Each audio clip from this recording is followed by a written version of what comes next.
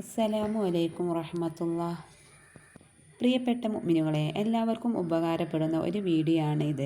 പ്രത്യേകിച്ച് വിവാഹം കഴിഞ്ഞവർക്ക് നല്ല നിയ്യത്തോടെ ചെയ്താൽ ഇൻഷാ അല്ലാഹ് ഫലം ഉറപ്പായിട്ടും ഉണ്ടാകുന്നതാണ്.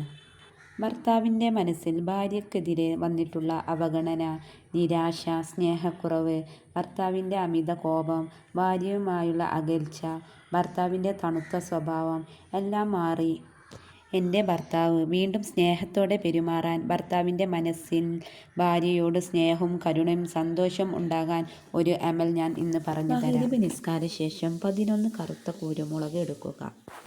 ആദ്യം നിങ്ങൾക്കറിയാവുന്ന 11 സ്വലാത്ത് മുത്തുനബിയുടെ പേരിൽ ചൊല്ലുക.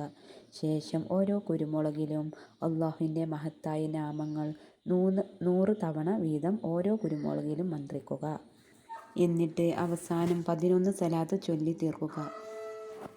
ഇങ്ങനെ മന്ത്രിച്ചു വെച്ച 11 കുരുമുളക് ഒരുമിച്ച് ഭർത്താവ് എന്നെ സ്നേഹിക്കുകയും കരുണയോടെ പെരുമാറണം എന്ന നല്ല നിയ്യത്തോടെ തീയിൽ ഇടുക. ഇൻഷാ അല്ലാഹ് അല്ലാഹു തൗഫീഖ് നൽകട്ടെ. ഈ വീഡിയോ നിങ്ങൾക്ക് ഉപകാരപ്പെടുമെന്ന് വിചാരിക്കുന്നു. ഇൻഷാ അല്ലാഹ് അടുത്ത വീഡിയോയുമായി വീണ്ടും കാണാം. അസ്സലാമു അലൈക്കും.